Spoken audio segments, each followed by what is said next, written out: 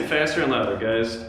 So, Randy's GTO has been sitting for, where's the calendar? I don't know, like a year and a half, something like that. It's still pretty much in the same position it's been in for a long time, but there's been some things that have been happening in the meantime. So we're gonna go check out his car today, or I should say I'm going to check out his car today because he's too busy. You know, it's probably not super fair of me to be so mean about Randy and his car, because it's been extremely expensive and it's really hard to come up with the money for projects like this, especially when you have to tear down the whole engine. You basically have to reassemble the whole thing with all brand new parts. But he's my brother, so... Okay, so this is the GTO. It's been in this position for quite a while now, as you can see. Well, I guess this is popped. I don't GTO, as you can tell. So this is where the engine used to be, obviously. Still got the transmission in there. Got the driver's side header still in there. But everything is out currently.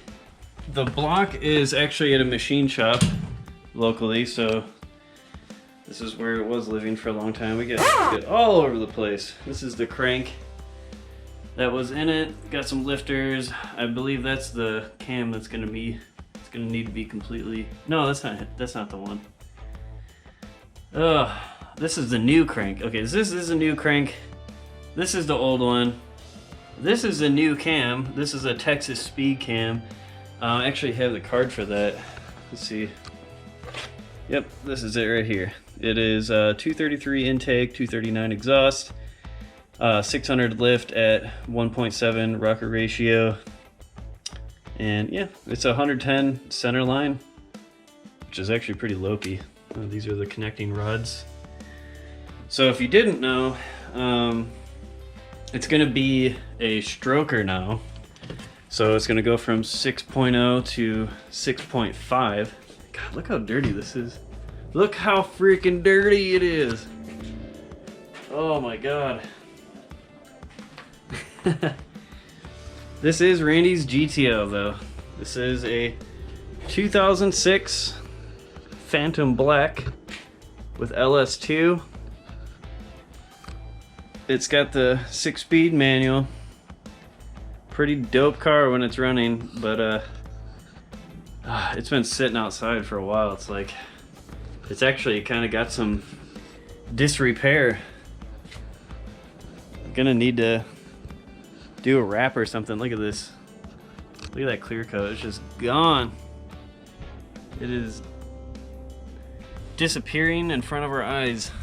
So I'm thinking, oh God, look at that. Oh, Randy, my man, come on. It'd be really nice to like sand down this stuff, like this spot up here. Like, it'd be really nice to be able to sand that down and just wrap the whole thing. So if anybody wants to do like some sort of thing with us on our channel, you know, some cross promotion or something, that'd be pretty cool. Hit me up if you know somebody or if you do that. That'd be pretty cool.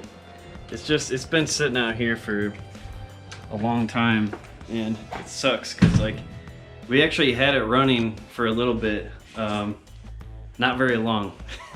And it had a, what was it? I'm trying to remember because it's basically broken twice now. I can't remember. It was a cam one of the times. I think a lifter failed and it just wiped out a lobe and actually cracked the lobe. And then we had some sort of, I'm trying to remember what it was. I think it might have been lifter failure the second time too. So I think like the geometry or something was going on there. So basically just ripped the whole thing apart again. And then he decided, I think he had like something was going on with like a connecting rod or something actually the second time. So that's why they decided to go with the stroker kit. And then there's been like things going on with like the wrong sizes and things of that nature. So they finally are getting everything they need. Like I said, they have everything at the machine shop right now, and they are they're milling the block, the top of it, to make it all flat and true and everything. So that's where that's at. This over here. So this is the F.A.S.T intake that he got. I think it's a 102 millimeters. Got that big boy on there. I think it's like a Nick Williams throttle body, if I'm not mistaken. I'm sure you guys will correct me if I'm wrong, but he's got that on there. He did have, I'm not even sure where this is at. Damn it, Randy. I need you here. Help me out. He did have a Veraram intake on it. I don't know if that's just sitting in here or what. Oh, come on. No, I don't see it sitting in here anywhere. But he did have a Veraram cold air intake, and he was having all kinds of issues with that. This is the original intake manifold. Huh, I don't know. That's from his old cold air intake at AEM. Dirty as hell, just like everything else. Jeez. So yeah, it's just been a process. It's been expensive. It's been disheartening. It's been a lot of things except for cool. And I'm hoping that we can get this stuff back and throw it all together and throw it back in the car, and then he can worry about making his car look good again. It's just depressing. But anyways, I figured I'll give a quick little update on that. Let me see if the door's open. We can do a little shot of the interior. Ah, it is open. So this is interior. It's actually pretty nice.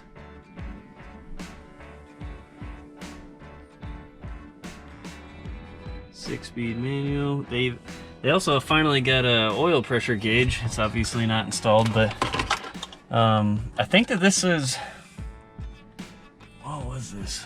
I'm trying to remember where this is actually supposed to go. I don't know if this is a pillar mount.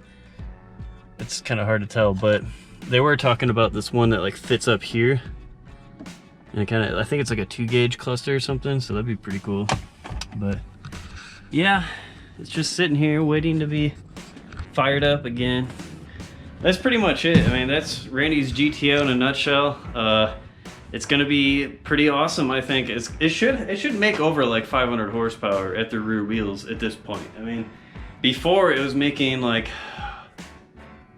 430 or 440 rear wheel horsepower. So going from that to a stroker kit and a slightly bigger cam and the intake, I mean, it should make at least right around 500 horsepower. At that point, it's going to be the heads that are restricting it. So anyways, that's it. Hopefully we have some more GTO material for you guys in the future. Stick with us on that. Thank you for watching, guys. Have a good one.